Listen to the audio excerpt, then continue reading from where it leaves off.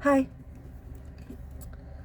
This episode of As the Tarot Turns is brought to you on purpose with purpose. I am your host, Nacho Mama. Some people call me Criddle, like Riddle with a C. Other people know me as Crystal. Either way, I'm Nacho Mama. Nacho Mama is a personality, not a person. Right now, I'm going to be doing a reading for the sign of Scorpio. I will be using the Everyday Witches Tarot and the Nightmare Before Christmas Tarot. With this spread that I found inside of the Nightmare Before Christmas book that I've been finding very, very insightful. Definitely a different way of reading tarot. Before we get started, I'm going to ring some bells, clear the air, let some angels get their wings. Every time a bell rings, an angel gets their wings. So mote it be. Every time a bell rings, an angel gets their wings. So mote it be.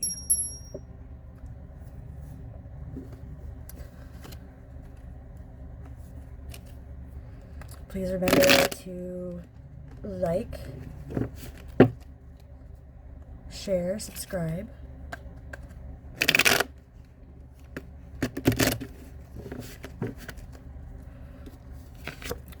I'm going to leave that one, huh? Two of Pentacles. First cards that I pull are going to be what you need to let go of. Why do we need to let go of the Two of Pentacles? Intuition. I don't read reversals. I believe that there's a message in both the positive and the negative. If it comes out in the negative, there might be an energy-based reason why it's negative. Not necessarily that the message is negative.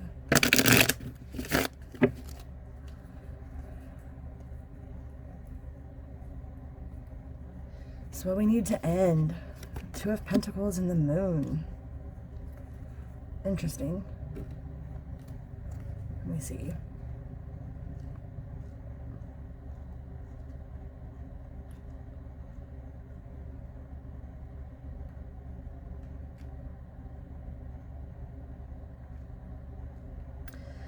This card shows up sometimes to remind us that we need to focus a little more attention on balance. Are you working too much and playing too little?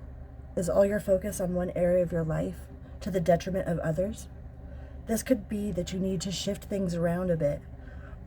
Or maybe this card is an indication that you're worrying too much about getting everything right all the time. If that sounds like you, perhaps the Two of Pentacles has shown up to remind you to cut yourself a little slack. No one gets it right all the time, and that's okay. So the Moon talks about things that are unseen.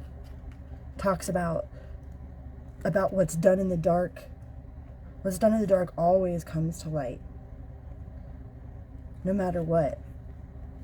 It talks about the things that we know, even without knowing, without having any sort of proof of knowing that we know something, but we know.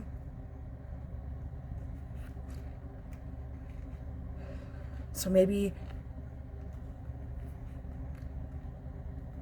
letting go of things that you know that you're doing too much of, working too hard for, that aren't producing enough results for you.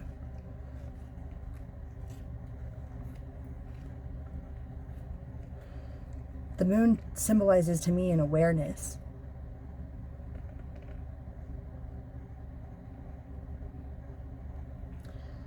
It also represents change.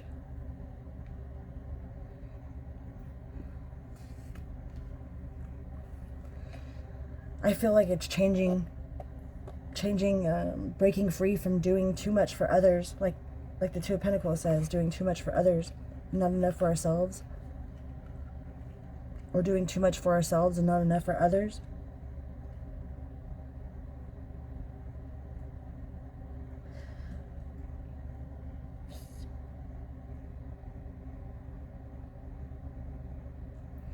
If you've been having nightmares or vivid dreams, your subconscious is trying to tell you something.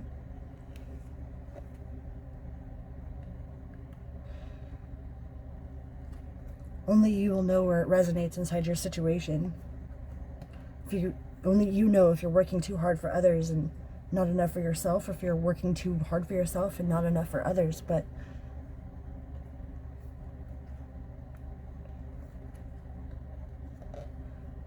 seems like intuitively, you know. The Magician. Absolutely.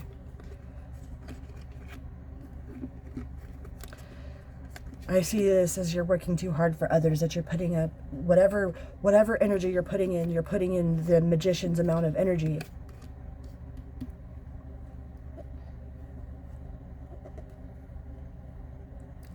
To let go of putting all of your effort and all your magic and all your intuition towards something that's not working for you.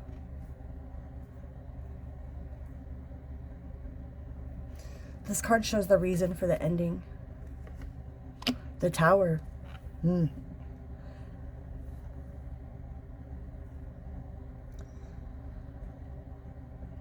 Tower is building on faulty ground.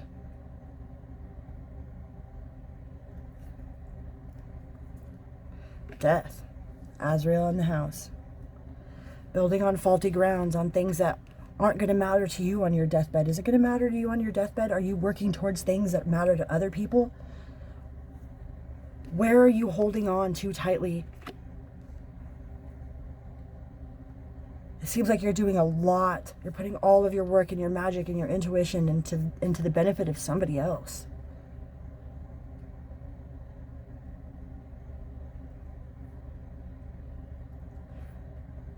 You have to let go of that. You have to let go because it's being built on a faulty foundation.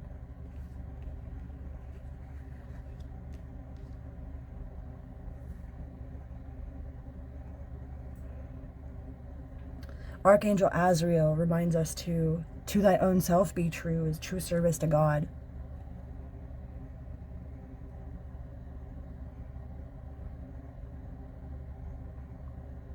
Where are you not being true to yourself? Where inside of your foundation, where are you building faulty towers on sand?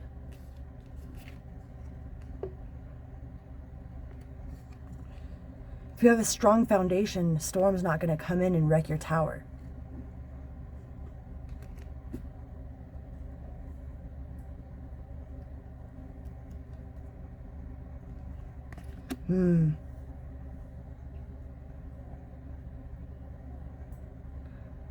This is an imminent change. There's the Fool, the Death, the Tower. This is definite, significant change.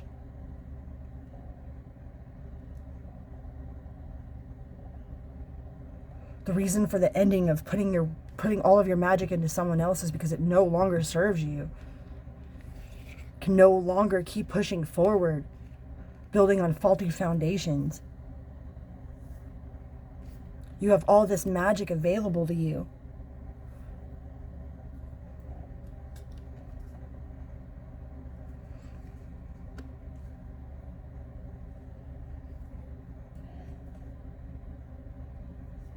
You stand to gain not feeling sorry for yourself anymore. You stand to gain taking full responsibility for your own emotional reactions and actions. You become the magician of your own world. By a sudden change of deciding to no longer give to situations that do not serve you, that are not for your highest good.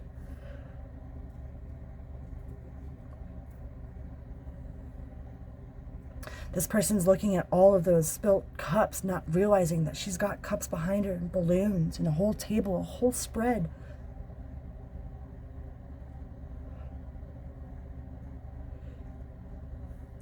With this death and this leap of faith towards change, to let the foundation crumble, to not build on faulty foundations, teaches you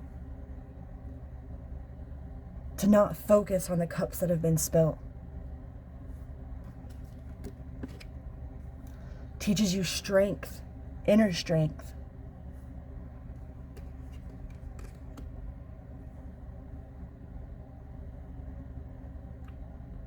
Where is your focus at?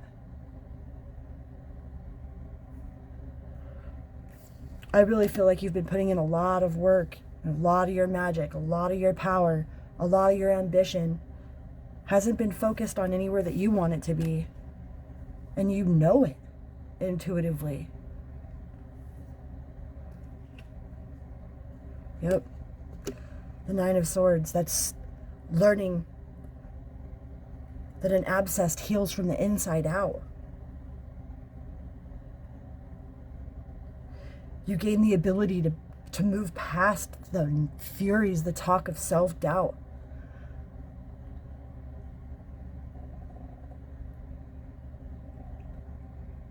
You stand to gain the ability to heal yourself, to produce for yourself, to heal from childhood wounds, to heal from wounds of past lives even.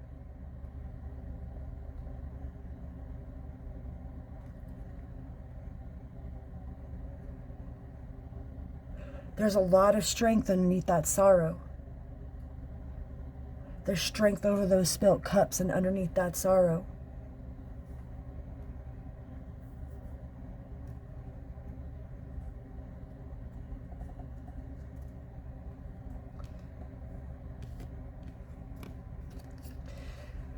It seems like you'll learn from putting all of your hopes into something that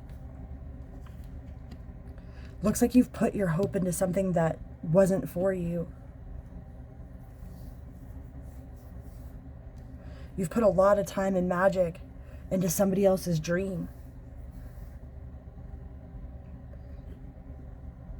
And underneath all of that, you come out with the strength to put the focus towards your own light, to have immovable faith towards your own self. You would gain the ability to just focus on the light no matter what dark is thrown at you.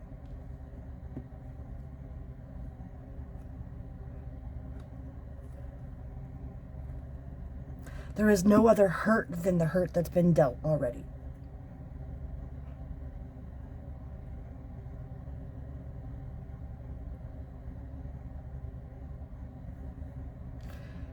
Beneath you, at your feet, you have the unturnable faith. That's what the star is to me, is faith. A lot of people use the word hope in the frequency of lack, like, I hope you feel better. Automatically, there's a frequency that they don't feel good.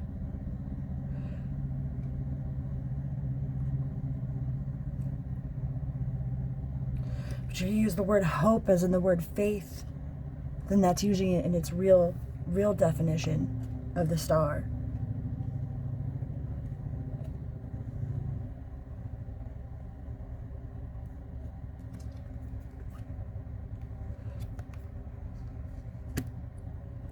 The King of Swords.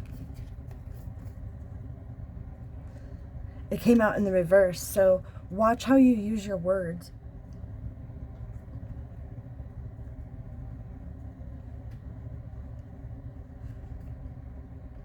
Words are very, very powerful.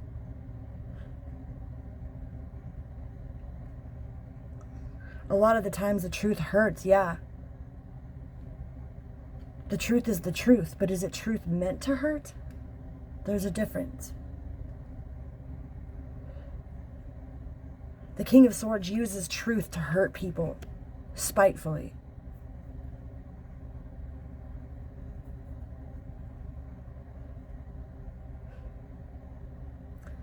Don't use the trials and tribulations the universe has sent you as lessons to make you bitter, to hurt other people. You've learned how not to do that, because that's in the position of which you stand to learn. You've learned how not to hurt people with truth, but just be truth.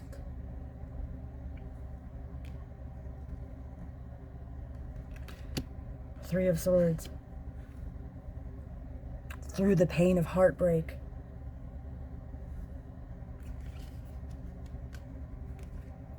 you have the strength You have the strength and the knowing, the hope and the faith. You've been through it. You've been there, you've done that, you've seen it. But don't make those lessons make you bitter. Don't let them make you bitter.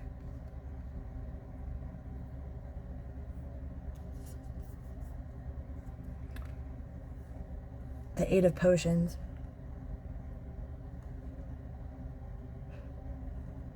It's walking away.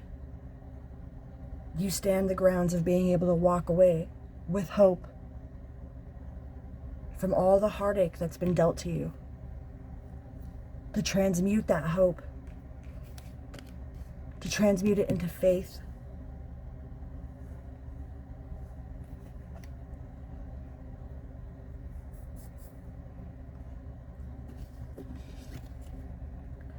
What's on the other side of this lesson, universe? What does the Scorpio collective stand to gain from walking away from putting all of their magic into somebody else's dream?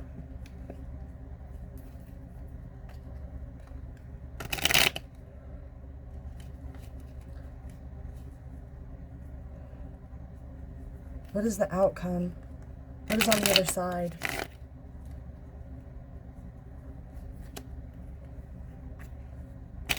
Of all these painful lessons?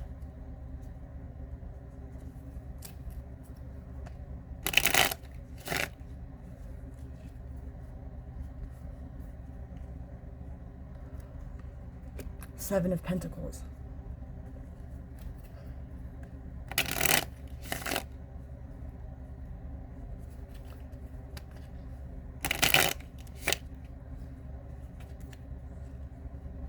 And the Sun.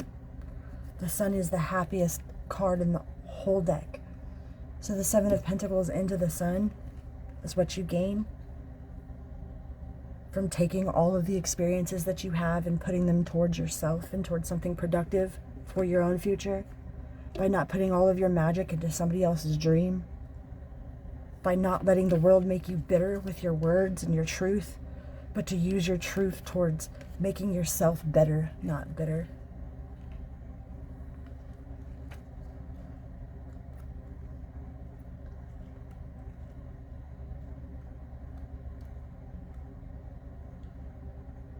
Do you have any long-term projects coming into fruition?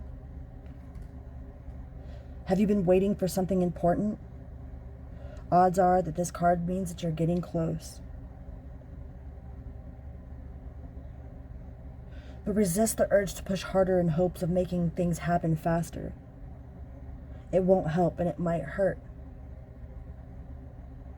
If you're on the verge of something, you might need to be patient and wait to see what happens. So the Seven of Pentacles is a good sign, so you might want to take a deep breath and relax. Because the Sun is there. The Sun is right on the other side of that.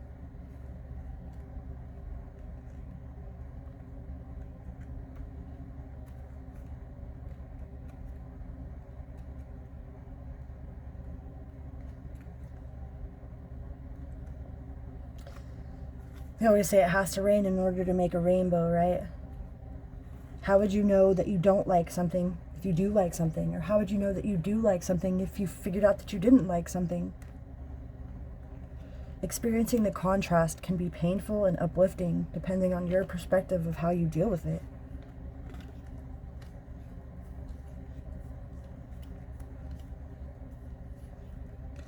But you stand the chance to make your own self happy, to be your own sunshine, to be the hero of your own story. If you stop putting all of your magic into somebody else's dream. The Sun card is simple and complete positive. It is always a good sign.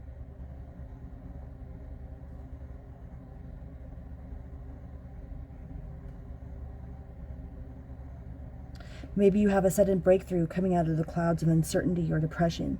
Maybe you are simply hit by one of those ah-ha-ha-ha moments when everything seems to fall into place. Enjoy it because such times are rare and fleeting. Later you can deal with everyday issues, but for today, just dance.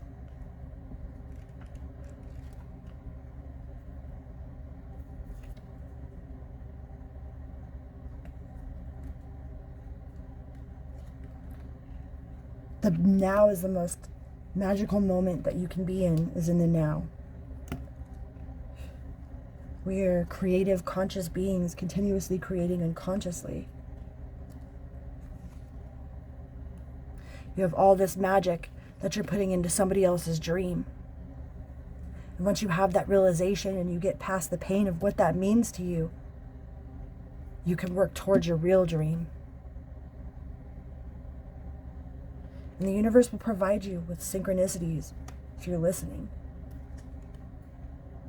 Ace of Swords, yep, that aha moment. The oh, I see what's going on here. I see how this works. Taking control of your own emotional responses, taking control of your own personal happiness, going after what makes you happy.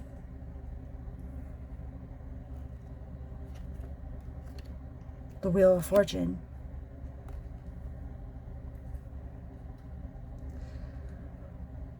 What's at the top always falls to the bottom, and what's at the bottom always rolls back up to the top.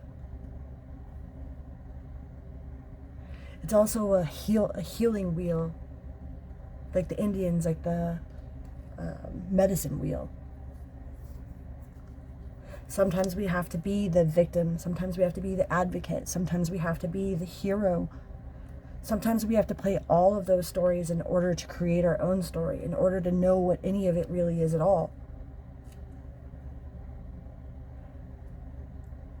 How would you know that you didn't want to put all this time and effort and magic into somebody else's dream if you hadn't been doing it?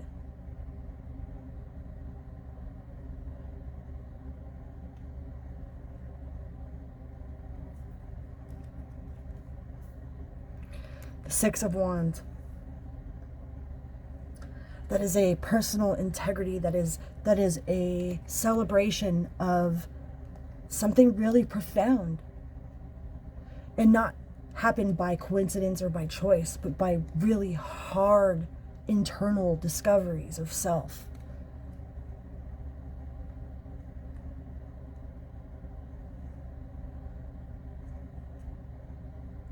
This isn't a battle that's won by sheer luck.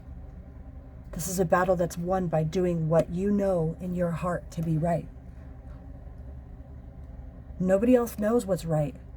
Everybody has their own perception of what's right and what's wrong, but what's chaos to the fly, what's chaos to the fly is normal to the spider.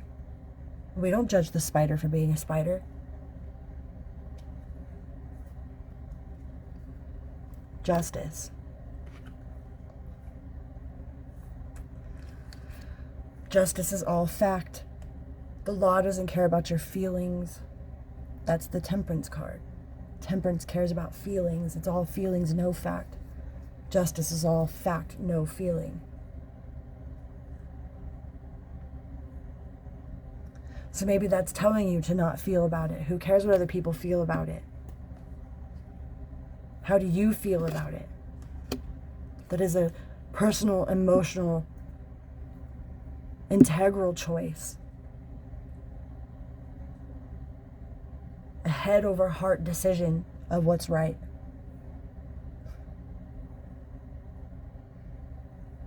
You know all there is to know. You have all there is to have. You have all of the elements. Where are you focusing them? Into somebody else's dream?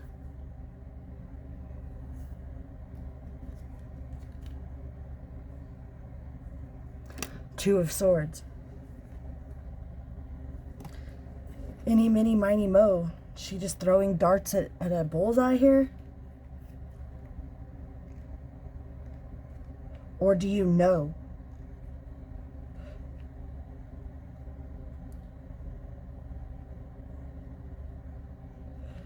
Twos usually represent cooperation, some sort of partnership.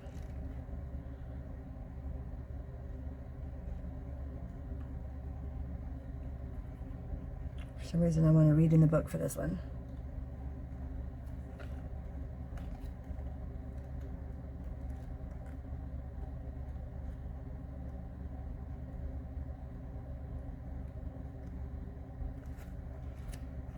Spirit says there's something in here. The witch in this picture has a decision to make.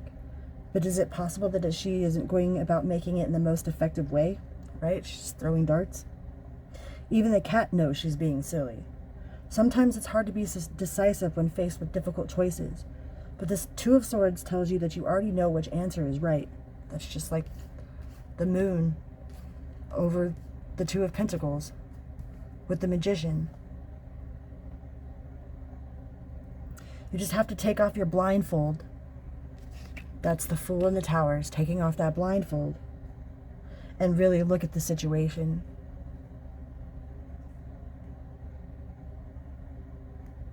What aren't you looking at clearly? If you were trying to make a tough choice, what does your gut say to you? Is it something that makes you happy? That's what our emotions are for. If you think about something and you're like, oh God, ugh. Every time you think about it, it's ugh. Is there any way that you can change your perception on how you feel? Or do you need to change the whole situation?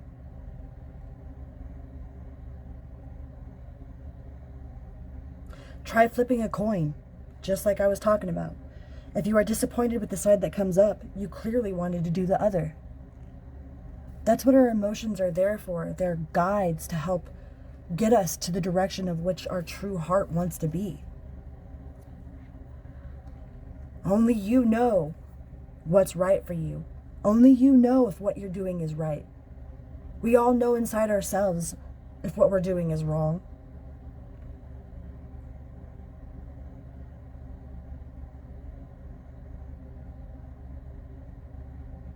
Don't be fooled into thinking that this decision is impossible to make, because you already know what to do. These messages seem pretty clear. It seems like you are putting all of your magic and energy into someone else's dream, and you know it. And no matter how painful that ending is, you need to find the strength and the courage to move past it, to move past the perceived hurt that has been caused by putting all of your magic into somebody else's dream, and to use that as fuel towards building what you really want.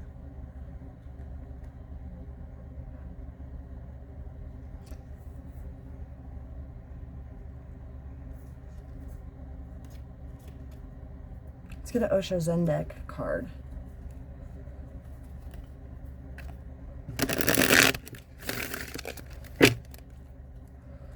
What does the Osho Zen have to say to the Scorpio collective universe? What does the Osho Zen have to say to the Scorpio collective?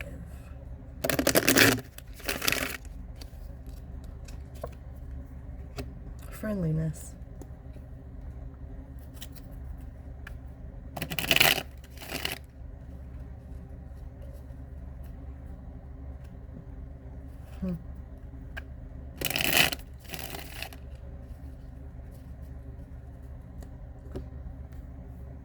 I pulled this card earlier today too. Friendliness. That's like having the monk type mentality. Where of our mindsets own us, and where does our stuff own us? Does our stuff own us, or do we own our stuff? Do our friendships own us, or do we own our friendships? Do our relationships own us, or do we own our relationships? Relationships don't just have to be love relationships. They are your friendships, your work relationships, your parents. Where are they owning us, and where are you owning them? First, meditate, be blissful. Then much love will happen of its own accord. Then being with others is beautiful, and being alone is also beautiful. Then it is simple too. You don't depend on others, and you don't make others dependent on you. Then it is always a friendship, a friendliness. It never becomes a relationship. It always is a relatedness. You relate, but you don't create a marriage. Marriage is out of fear. Relatedness is out of love. You relate as long as things are moving beautifully. You share. And if you see that moment has come to depart because your paths are separate or at a crossroad, you say goodbye with great gratitude for all that the other has been for you, for all the joys and the pleasures and all the beautiful moments that you have shared with the other, with no misery, with no pain. You simply separate.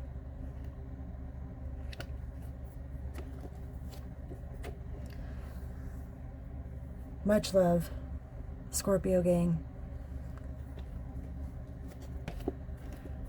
Just know that you're not alone.